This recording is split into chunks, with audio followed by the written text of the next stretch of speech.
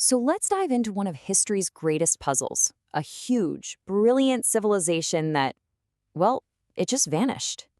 The things they left behind are absolutely fascinating and honestly, a massive mystery.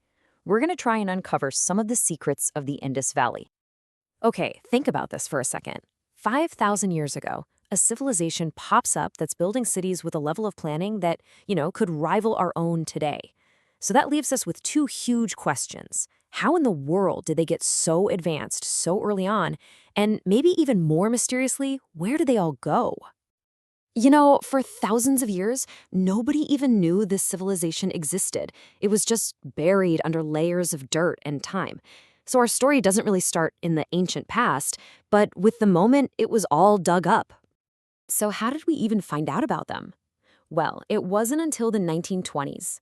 Workers were building a railway in what's now Pakistan, and they started stumbling upon these strange old artifacts. This led an archaeologist, Sir John Marshall, to a discovery that was just staggering. It wasn't some small settlement. It was the ruins of two massive, completely forgotten cities, Harappa and Mohenjo-daro. So this civilization, which we often call the Harappan civilization, was around for a long, long time. But the real magic happened during what's called the mature phase, from about 2600 to 1900 BCE. I mean, this is when they were really at the top of their game, building their greatest cities and pulling off their most incredible feats. And speaking of being at the top of their game, let's talk about their cities. Because, wow, these weren't just random collections of huts. They were carefully planned urban centers. It was like a blueprint for a modern city, but from the Bronze Age. What's just so incredible is how modern it all feels. Get this. Their streets were laid out in a perfect grid, kind of like modern-day New York. Every single house had its own bathroom, hooked up to a sophisticated underground drainage system. And the most important buildings, the ones on the raised area called the Citadel, they weren't palaces for kings.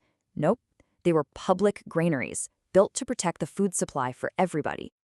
A perfect example of their engineering skill is the Great Bath of Mohenjo-daro. It's this massive public pool, 12 meters long, perfectly waterproofed with natural tar.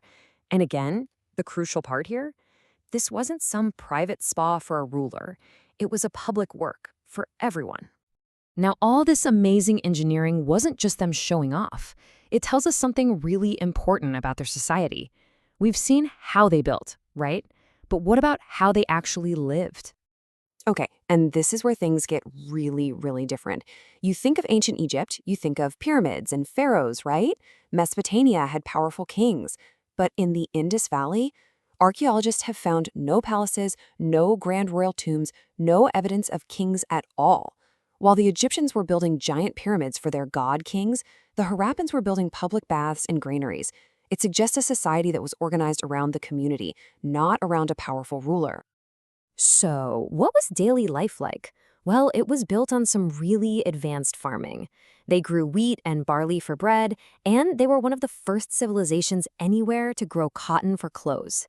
They used oxen to plow their fields, and yeah, just like us, they kept dogs and cats as pets. And because they were such good farmers, they had a ton of extra food and cotton. So what do you do with all that surplus? You trade it. They became these amazing international traders, loading up ships with their goods and sailing as far away as Mesopotamia. They'd trade their practical stuff for luxury items like gold and silver. Okay, now for some of the really cool, surprising little details. Get this. They invented the button. Seriously, the world's first known buttons. Even crazier, there's evidence of early dentistry. We're talking about drilled teeth. And it's also interesting what they didn't have. They were masters of bronze, but they had no iron, and they made these wonderful little terracotta toys for their kids, monkeys, little carts, and even dice for games. All right, but what about what they believed in? Well, like pretty much everything else, it's a huge puzzle. We found these little seals with a figure that some scholars call Pashupati, maybe an early version of the Hindu god Shiva. We found tons of female figurines, maybe a mother goddess, and they buried their dead with jewelry and pots, so they probably believed in an afterlife. But here's the kicker. For all this spiritual stuff, we found 0 temples, not one. No big religious buildings at all. What does that even mean? And all of this brings us to the final and the biggest question. If this civilization was so peaceful, so prosperous, and so organized, What on earth happened to them? Where did they all go? So, what happened? Well, there are a few leading theories. Was it an invasion? Probably not. There's very little evidence of any major war. Could it have been a massive natural disaster, like an earthquake or a huge flood? That's definitely possible. But the theory with the most traction right now is climate change. The idea that the rivers they depended on just dried up or changed course. Or maybe it was a deadly disease that just ripped through their crowded cities. But you know what? After all the research, all the theories, all the digging, the simple truth is nobody knows for sure. The case is still wide open. The collapse of the Indus Valley Civilization is still one of history's most compelling unsolved cases. They did leave behind one final, tantalizing clue, though. A final message, you could say. It's their writing. It's called the Indus script, a beautiful, complex system with over 400 unique symbols that we've found on thousands of these tiny seals. We have all these examples of their writing, but there's one massive problem. We can't read a single word. It remains completely undeciphered. And that's really where the mystery rests today. The answers we're looking for, who they were, what they believed, why they vanished, it's all likely hiding in plain sight, locked away in that silent script. So the final question is, what secrets will be revealed if we can ever finally read their words?